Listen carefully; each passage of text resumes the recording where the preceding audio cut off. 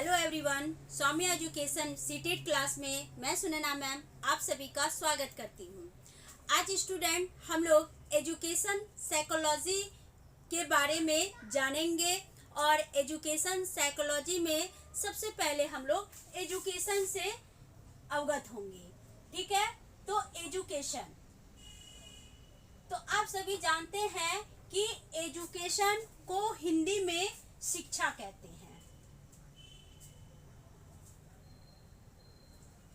तो education student एक क्या है, लैटिन लैंग्वेज है।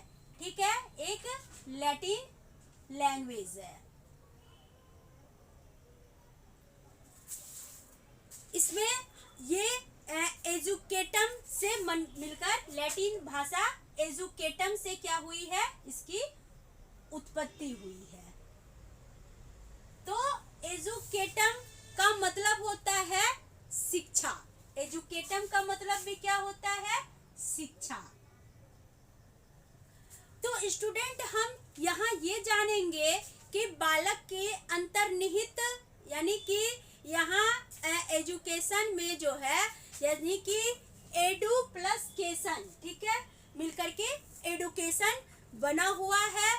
तो यहाँ हम क्या देखेंगे कि एजुकेशन का ही अर्थ होता है, शिक्षा का अर्थ होता है कि बालक के इंटरनल क्वालिटी को बाहर निकाल करके उसके व्यवहार में परिवर्तन करना ही शिक्षा कहलाता है। ठीक है, तो एजुकेशन शब्द जो है लैटिन भाषा के दो शब्दों से मिलकर बना हुआ है और ये दो शब्द कौन कौन से हैं, तो इनसे हम कोरिलेट होंगे। ठीक है, तो आप सभी यहाँ ये जानिए कि एजुकेशन ये का जो ये दो शब्द है, तो ये दो शब्द क्या है। ठीक है, इसकी उत्पत्ति लैटिन भाषा के दो शब्द से जो हुई है वो क्या है। ठीक है, जो कि क्या है, तो एडुकेयर, एडुकेयर और दूसरा कौन है, तो दूसरा एडुसियर, एडुसियर और एडुकेयर मिला करके हम क्या बनाए हैं, एडुकेशन बनाए हैं। ठीक है, तो यहाँ हम स्टूडेंट ये देखेंगे एडुकेयर का मतलब होता है पोषण करना। एडुकेयर, केयर का मतलब क्या होता है, पोषण करना।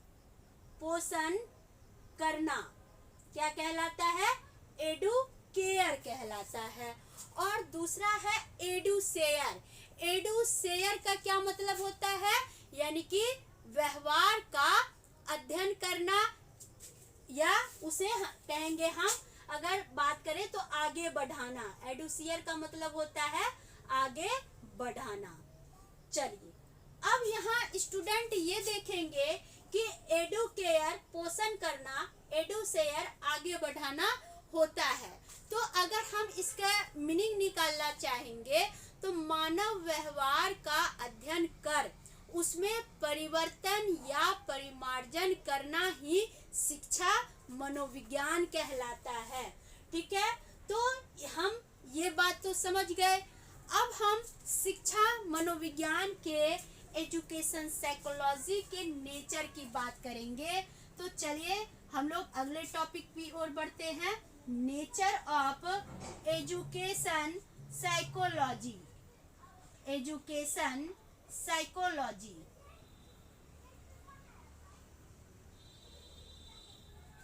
तो हम नेचर ऑफ एजुकेशन साइकोलॉजी की जब बात करते हैं तो सबसे पहला नेचर क्या होता है कि शिक्षा मनोविज्ञान की जो प्रकृति होती है ये साइंटिफिक होती है।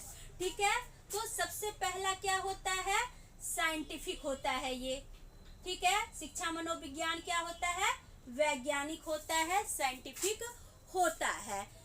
दूसरा क्या देखेंगे कि इसमें जो है शिक्षा मनोविज्ञान में नियमों और सिद्धांतों का प्रयोग किया जाता है, यानी कि use of rules and principles. चलिए तो हम देख लिए कि जिसमें भाई नियम और सिद्धांत का क्या होगा, पालन होगा, उसको हम जो है शिक्षा मनोविज्ञान की प्रकृति कहेंगे। तो यहाँ हम स्टूडेंट और भी बातें देखेंगे कि शिक्षा मनोविज्ञान की जो प्रकृति है, तो किसी भी वैज्ञानिक पद्धति में इसका क्या होता है, अध्ययन होता है। यानी कि वैज्ञानिक पद्धति की बात करते हैं जिसमें कि क्या हो, सुपरविजन हो, जिसका और जिसका क्या हो सके, यानी कि जिसको बिहेवियर पर डिपेंड करके यानी व्यवहार का जो अध्ययन करे और जिसका निरीक्षण हो, तो उसे हम शिक्षा मनोविज्ञान कहते हैं। तो तीसरा नेचर क्या कर दिए, तीसरा नेचर क्या हो गया कि ऑब्जर्वेशन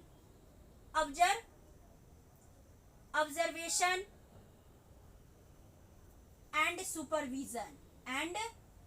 सुपरविजन। तो ये क्या है, अवलोकन करना और निरीक्षण करना, ये शिक्षा मनोविज्ञान का क्या है, प्रकृति है, जिसमें हम क्या करते हैं, बच्चों के हर प्रकार से व्यवहार का अध्ययन करते हैं, व्यवहार का अवलोकन करते हैं, व्यवहार का निरीक्षण करते हैं। चलिए, बहुत अच्छी बात, उम्मीद है कि आप सभी समझ पा रहे होंगे। आगे हम अगले प्रकृति की बात करेंगे। तो अगला प्रकृति क्या है कि शिक्षा मनोविज्ञान व्यक्ति के व्यवहारात्मक पक्ष का शैक्षणिक परिस्थितियों में अध्ययन करता है। ठीक है, तो देखिए कि इसमें जो भी बिहेवियर डोमेन होते हैं, तो बिहेवियर डोमेन का क्या होता है, इसमें बिहेवियर डोमेन का स्टडी होता है। ठीक है, तो किसके रेफरेंस में, in the reference of educational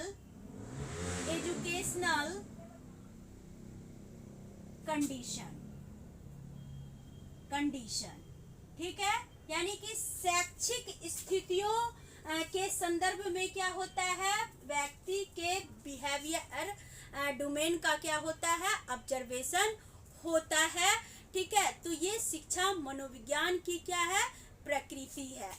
अब हम स्टूडेंट क्या जानेंगे कि शिक्षा मनोविज्ञान की अगर हम अगले नेचर की बात करें, तो यह व्यवहार का वैज्ञानिक अध्ययन भी है।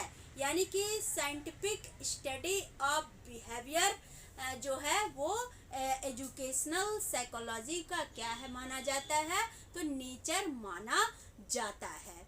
ठीक है, तो साइंटिफिक स्टडी हो गया इसका मेन रीजन। ठीक है, साइंटिफिक स्टडी।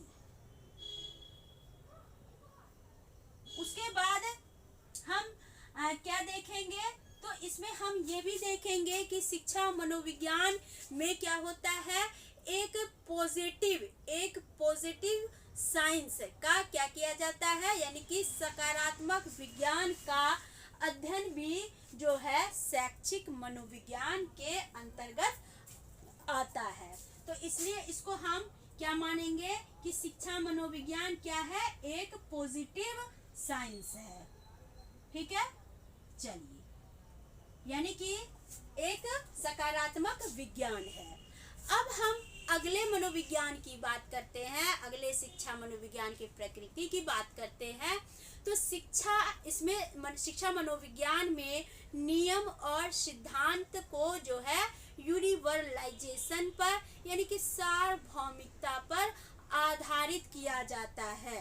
ठीक है, यानी कि जब हम बच्चों को सर्वांगीण विकास की बात करते हैं, तो इसमें करिकुलम और को करिकुलम हर प्रकार के व्यवहारात्मक गुणों को गुणवत्ता शिक्षा पर क्या किया जाता है, आधारित किया जाता है। तो हर प्रकार के करिकुलम और को करिकुलम के जो रूल्स और प्रिंसिपल जो होते हैं वो यूनिवर्सल होते हैं। ठीक है, तो हम अगला क्या लिखेंगे, इसका नेचर यूनिवर्सल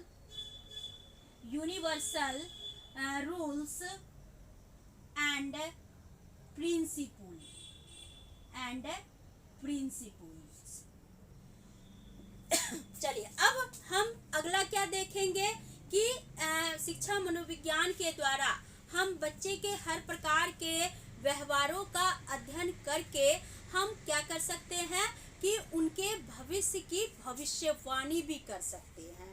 ठीक है, तो ये सारी बातें जो आपने देखा, ये सारी बातें हमने शिक्षा मनोविज्ञान से संबंधित बातें किए।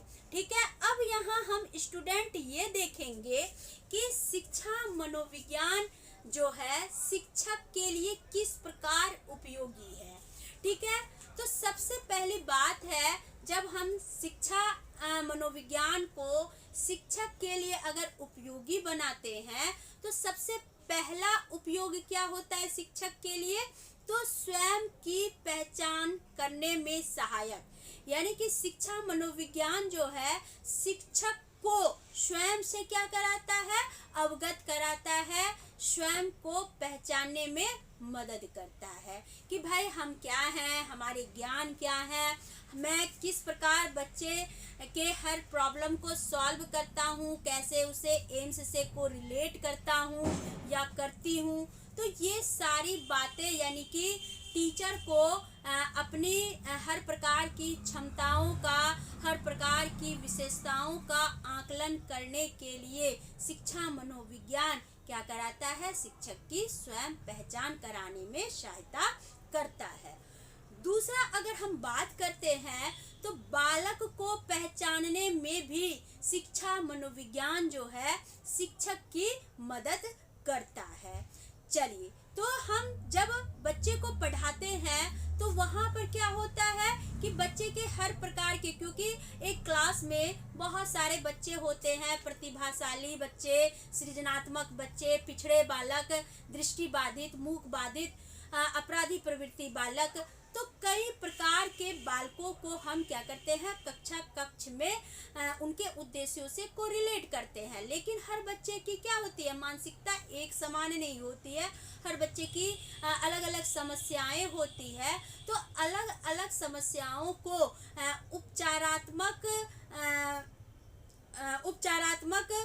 उपचार के द्वारा या उपचारात्मक शिक्षण के द्वारा हम क्या करते हैं, उनके हर प्रॉब्लम को दूर करते हैं। यानी कि डायग्नोस्टिक और रेमेडियल टीचिंग के द्वारा हम बच्चे के पहचान करके हम उनके प्रॉब्लम को सॉल्व करते हैं, यानी कि निदानात्मक और उपचारात्मक शिक्षण मुहैया कराते हैं। चलिए अगले, अगर शिक्षा मनोविज्ञान जो है शिक्षक के लिए क्यों जरूरी है, तो अगले बात को देखते हैं। तो यह क्या है कि शिक्षक का जो व्यू है, तो शिक्षक के व्यू को बेस्ट बनाने के लिए और ब्रॉड बनाने में भी क्या करता है, एजुकेशन साइकोलॉजी हेल्प करता है। यानी कि जब तक टीचर अपने इन्वायरमेंट में अपने नॉलेज को कई प्रकार के करंट अफेयर से, कई प्रकार के इनोवेशन से कोरिलेट नहीं करेंगे, तो टीचर के जो व्यू हैं, टीचर के कंसेप्ट हैं, वो बेस्ट नहीं बन पाएंगे और ब्रॉड नहीं बन पाएंगे। तो शिक्षा मनोविज्ञान कहता है कि भाई आप अपने आप को क्या करो, वातावरण के अनुसार ढालो, अपने में परिवर्तन करो, अपने में कई ऐसे मतलब कि कोशिश करो जिससे कि आप बच्चे के हर प्रकार के समस्याओं का समाधान करके अंततः उसका सर्वांगीण विकास कर पाए। तो ये सारी पहल जो है शिक्षा मनोविज्ञान किसको कराता है, शिक्षकों को कराता है। अब हम स्टूडेंट ये जानेंगे कि शिक्षा मनोविज्ञान के द्वारा शिक्षक बालक का सर्वांगीण विकास करने के लिए कई प्रकार के शिक्षण विधियों का, टीचिंग मेथड को अपनाने में भी सहायक होता है, यानी कि सहायता करता है। तो बालकों को अभिप्रेरित कैसे किया जाए, बच्चे को यानी कि मोटिवेट कैसे किया जाए, बच्चे को के हर प्रकार के प्रॉब्लम को कैसे दूर किया जाए, बच्चे के हर प्रकार के एम्स को कैसे अचीव किया जाए। तो ये सारी बातें हम टीचर को कौन सिखाती है, तो एजुकेशन साइकोलॉजी सिखाती है कि हमें बच्चे के साथ कैसे ट्रीट करना है, हमें बच्चे के प्रॉब्लम को कैसे हैंडल करना है, हमें बच्चे को कैसे समझना है। तो ये सारी बातें हमें जो है एजुकेशन साइकोलॉजी बताती है। अब यहाँ स्टूडेंट हम ये भी देखेंगे कि एजुकेशन साइकोलॉजी के द्वारा, शिक्षा मनोविज्ञान के द्वारा बच्चे के हर प्रकार से इवैल्यूएशन करने के जो नए नए मेथड्स हैं, इनका प्रयोग भी करना शिक्षक को जो है शिक्षा मनोविज्ञान बताती है।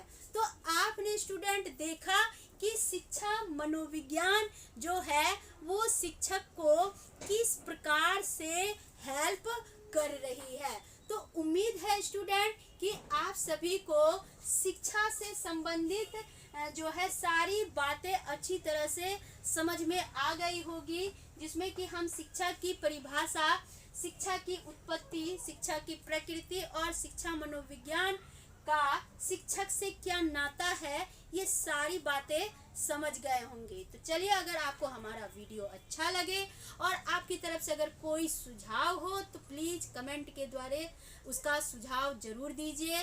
तो बस आज इतना ही, कल फिर मिलते हैं इसी समय में।